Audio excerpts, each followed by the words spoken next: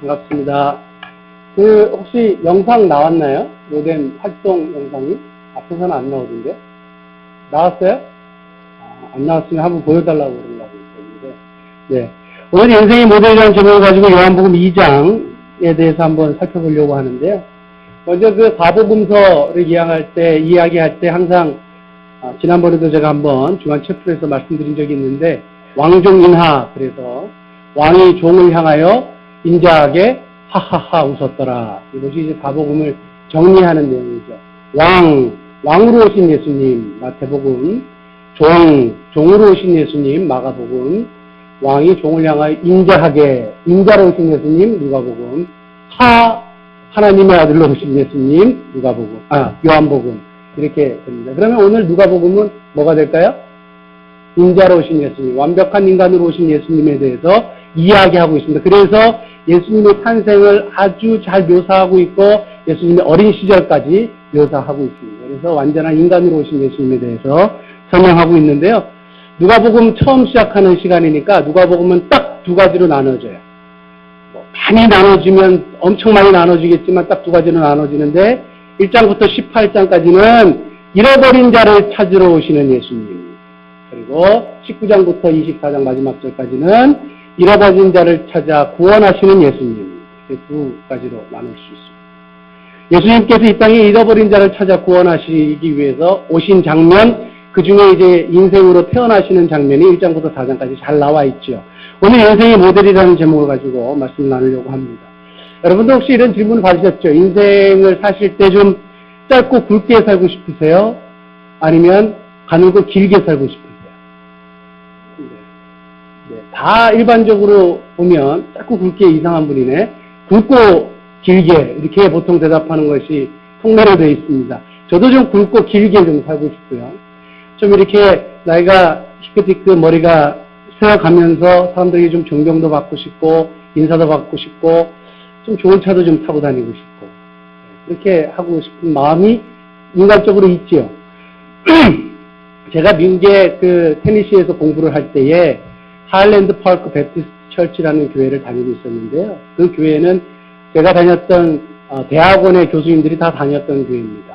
어느 날 주일 저녁에 그 담임 목사님이 광고를 하나 하셨어요. 감성금에 대해서 광고를 하셨는데 닥터 제임스 D. 프라이스, 우리 닥터 프라이스 박사님의 50주년 결혼 기념일을 축하하면서 감사하면서 헌금을 드리셨습니다 했을 때 사람들이 막 박수를 쳤어요.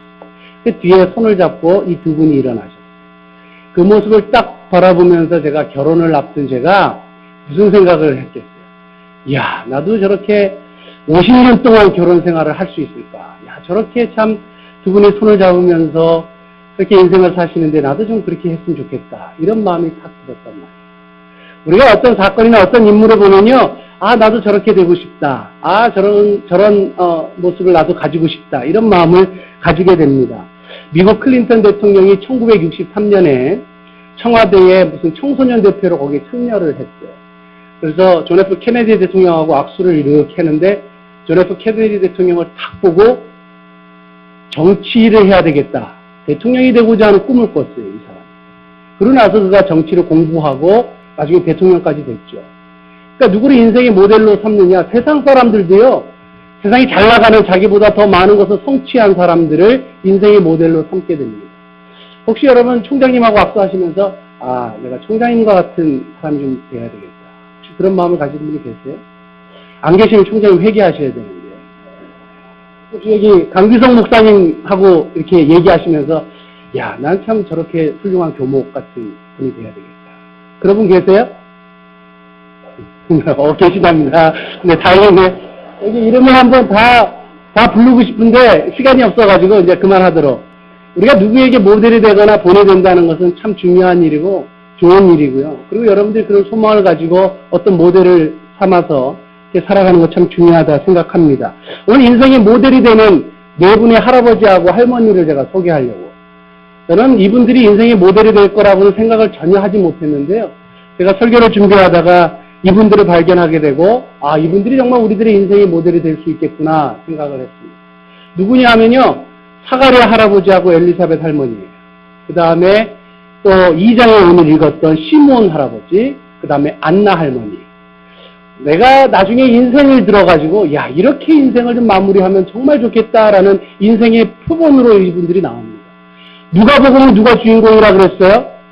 누가복음은 누가 주인공이게요? 예수님이 주인공이에요. 그런데 예수님이 정말 메시아시고 이 땅에 인간을 구원하러 오신 구원자이심을 누구를 통해서 확실하게 드러내셨냐 하면 바로 이 네 사람을 통해서 드러내셨어요. 엘리사벳과 그 다음에 사가랴를 통해서 세례 요한이라는 사람을 탄생시키면서 예수님의 길을 예비하시는 일들을 시작하셨고, 사가랴와 안나를 통하여 이분이 정말 메시아다라는 사실을 그 성전 안에서 그리고 다른 사람들에게 알리는 일을 하나님이 이분들을 통하여 사용하셨습니다. 이분들은 어떻게 해서 이렇게 하나님께서 끝까지 사용하셨느냐, 제가 그래서 한번 좀 생각을 해보고 이렇게 살펴보았는데요. 첫째, 그 사가랴 할아버지하고 엘리사 할머니, 그리고 시므온 할아버지, 그 다음에 안나 할머니, 이분들에게는 공통점이 있어요. 부정적인 공통점하고요, 긍정적인 공통점. 부정적인 공통점은 뭐냐 하면요, 1장에 보니까, 1장 6절 이하에 보니까 사가랴하고 엘리사벳 할아버지 할머니는 부부셨대요. 그거 아셨어요? 부부셨는데 아들이 없었대요. 아들이 없어가지고요, 무자했다 그랬어요. 구약시대부터요, 시편 127편 3절 같은 경우를 보면 자식은 여호와의 주신 상급이요 이렇게 되어 있어요. 그러므로 자식이 없는 것은요 하나님께 별로 인정을 받지 못한다는 개념이 사람들에게 심겨져 있었어요. 성경을 보면 오늘 사가랴는 그리고 엘리사벳은 하나님 앞에 의롭고 아주 훌륭했던 사람으로, 흠이 없이 행하는 사람으로 하나님을 인정하셨는데 사람들의 눈에 볼 때는 이 사람은 별로 인정받지 못했던 사람이었을 수 있어요. 그죠? 이분들에게도 아픔이 있었고 그리고 문제가 있었어요. 자식이 없다는 거죠. 항상 그것이 이분들의 아픔이었다 생각합니다. 그리고 2장에 나오는 시므온 할아버지는 어떤 문제를 가지고 있었느냐? 죽기 전에 네가 메시아를 볼 것이다 라는 약속을 받았어요. 언제 메시아를 보겠다는 거예요? 이분이 철들어서 이제 하나님을 올바르게 경외하고 메시아에 대한 대망 사상을 가졌다면 뭐 한 30세 가졌다고 칩시다. 이분이 지금 뭐 60세인지 70세인지 몰라요. 수십 년 동안 기다렸다는 거죠. 자신의 어떤 소망하고 바라고 기대하는 것들이 1년이 지나도 10년이 지나도 20년이 지나도 이루어지지 않는 아주 인내와 인고의 세월을 사가랴가 기다렸어요. 그리고 마지막 말년에 그가 예수님을 만나게 됩니다. 어린 예수님을 만나고 하나님을 찬양하게 되죠. 그 다음에 마지막에 안나라는 여성지자는요, 결혼한 지 7년 때 남편을 잃어버렸어요. 그리고 84년 동안 과부로 지나셨어요. 인간적으로 보면 얼마나 비참한 인생이에요. 제가 얼마 전에 결혼 8주년, 지난 6월에 결혼 8주년 지났는데요. 쉽게 얘기하면 저하고 아내하고 이렇게 오손도손 잘 살다가 제가 확 죽어버린 거예요. 그러니까 아내가 얼마나 힘들겠어요. 그러면서 이제 의지할 것이 없어서 이제 하나님 의지하고 살았던 안나의 모습은요, 정말 인생 그 자체가 참 힘들고 어려운 고난의 시간을 많이 보냈다라는 문제점을 가지고 있어요. 긍정적인 평가는요, 긍정적인 공통점, 이들이 모두 다 하나님 앞에 인정을 받고 있다는 거죠. 왜 하나님 앞에 인정을 받고 그 말년에 메시아를 알릴 수 있는 유일한 도구로 이들을 하나님이 사용하셨느냐? 영적인 내공 때문에 그래요. 다시 말씀드릴게요. 이들의 경건생활 때문에 그랬어요. 이들이 제가 다 모아가지고요, 한 가지로 딱 뽑아보니까 이들이 하나님 앞에서 인정을 받고 마지막에 메시아를 알릴 수 있었던 그런 도구로 사용되었던 것은요, 이들이 계속적인 경건 생활을 통하여 그들이 영적인 내공을 쌓았고 그것을 통하여 하나님의 이름을 드러내는 그런 인물로 사용되었다는 거죠. 왜 우리가 이 사람을 인생의 모델로 삼아야 되느냐?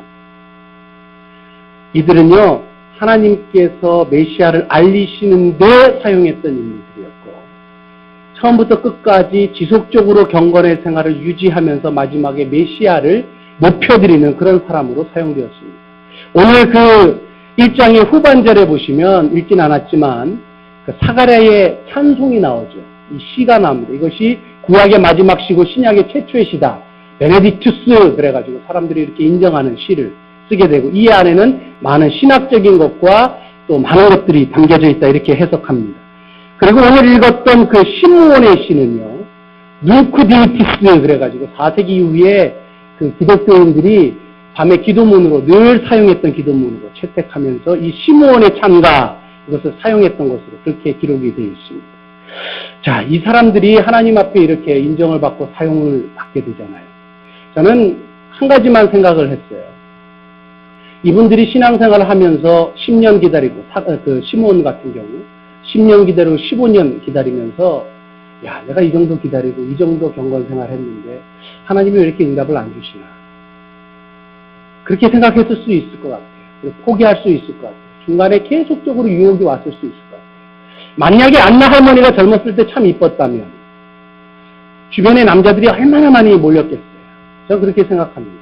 제가 미국에 유학을 갔을 때 우리 아내하고 연애하는 시절이었잖아요. 우리가 CC거든요. 그래서 졸업하고 제 아내는 우리 김호식 박사님 그때 총장님이셨을 때 비서로 들어갔어요. 제가 이제 미국에 가니까 골키퍼가 없다고 골이 안 들어가느냐 해가지고 형제들이 막 붙기 시작했어요. 그래서 미국에 전화가 왔어요. 힘이 듭니다. 왜 힘이 드느냐. 자꾸 싫은데 자꾸 쫓아옵니다. 이런 얘기를 자꾸 했어요. 골키퍼도 골키퍼 나름이라는 사실 여러분 꼭 아셔야 돼요. 아, 거기서 듣고 제가 얼마나 기도로 방어를 했는지. 그러니까 안나 할머니가 만약에 이쁘시고 선하신 분이고 야 마음에 드는 사람이었으면요 남자들이 분명히 유혹했을 거예요. 끝까지 쫓아갑니다. 넘어질 때까지. 10번 찍어서 안 넘어가는 나무 있냐? 계속 쫓아갔을 거예요. 그리스도인 특별히 경건하게 살려고 하는 사람들에게는요 유혹이 계속적으로 있어요. 유혹이 계속적으로 있습니다. 그 중앙아시아의 호랑이를 잡는 사냥꾼들에게 노하우가 있대요. 그 노하우가 뭐냐면 호랑이가 지나다니는 나무 밑에 구덩이를 막 파가고요. 날카롭게 이렇게 뾰족한 죽창을 갈아가지고 거기다 밑에 꽂아놓고 이렇게 덮어놓는데요. 그러고 나서 나무 위에 이렇게 신선한 고기, 피 뚝뚝 떨어지는 고기를 탁 매달아 놓는데요. 그리고 저녁 때쯤에. 밤에 호랑이가 어슬렁어슬렁 하면서 이게 후각이 발달되어 있으니까 점프를 해가지고 고기를 물고 그 밑으로 떨어진답니다. 떨어지면 어떻게 해요? 죽창으로 몸이 완전히 끝나는 거죠. 그래서 이 사람들이 가가지고 호랑이 가지고 다 뺏겨가지고 고기하고 가죽하고 다 나눠가지고 어디론가 가는 그런 일들이 있다고 합니다. 그래서 그것이 호랑이 잡는 방법인데요. 마찬가지로 경건하게 살려고 하는 기독교인들에게 사단은요 계속적으로 유혹해요. 저는 시므온과 안나와 사가랴와 엘리사벳에게 얼마나 많은 유혹이 있었을까 생각해 보게 됩니다. 그러나 그들이 끝까지 유지할 수 있었던 이유, 그리고 마지막에 그들의 인생의 말년에 메시아를 알리는 데 그들이 사용되었던 것은 그들의 경건생활이었다. 그들의 경건생활을 통하여 영적인 내공을 쌓았기 때문에 그렇다. 내공이 뭔지 아세요? 금방 말씀드릴게요. 제가 아무 생각이 없이 살았을 때 무협지를 무지하게 좋아했어요. 그래서 무협지를 경기도 의왕시 내손동에 있는 만화방을 제가 다 돌았어요. 그냥 무협지를 제가 더 이상 읽을 게 없어가지고. 그 다음 동네도 제가 무협지를 다 읽었어요. 더 이상 읽을 무협지가 없어요. 이제 내공을 쌓는데 이렇게 막 무공을 하면서 이렇게 내공을 쌓으면요 말도 안 하고 상대방의 귀를 멀게 하고 죽일 수도 있어요. 그래서 내공이 막 높아가는 거예요. 그리고 항상 그 무협지의 주인공은 별로 무술을 연마도 안 했는데 타고난 체질 때문에 황골탈퇴해가지고 막 적을 무찌르고 뭐 이런 황당무계한 얘기가 있는데 영적인 원리는 절대 그런 일이 없습니다. 항상 기본에 충실함으로 영적인 내공이 쌓이게 되어 있는 거죠. 시므온과 사가랴와 엘리사벳과 안나는요 계속적인 영적인 내공을 쌓아가고 있었고요. 결국 그것이 하나님을 영화롭게 하고 메시아를 알리는 일들에 사용되는 사람들로 사용되었습니다. 저는 그러면서 생각할 때에 우리 학우들이 정말 필요한 것이 무엇이냐. 지금도 인생의 가정 가운데 있죠. 하나님께 사용받는 분들도 있고 나중에 크게 사용받을 사람들도 분명히 이 중에 있다고 확신합니다. 그럼 지금 충실해야 되는 것이 뭐냐? 기본기에 충실하셔야 돼요. 영적인 내공을 오늘 돌을 닦으시면서 쌓으셔야 된다는 거예요. 우리는요 너무 좋은 환경에 있어요. 늘 경건 훈련을 그냥 시켜주잖아요. 내가 막 돌을 닦고 하지 않아도 체프를 늘 마련해줘가지고 준비된 설교를 여러분들에게 설교하죠. 이런 것들에 여러분들이 충실하시고 입을 벌리고 주무시는 일이 제발 좀 없도록 했으면 좋겠다는 생각입니다. 그리고 꼭 체풀 시간에 딴짓하는 분들이 계십니다. 그러지 않고 우리 체풀 시간만이라도 나의 경건적인 생활을 통하여 영적인 내공을 쌓으심으로 하나님께 인생을 통하여 영광 드리시는 저 우리 학우들의 생활이 될 수 있도록 주의 이름으로 축원합니다. 기도하시겠습니다.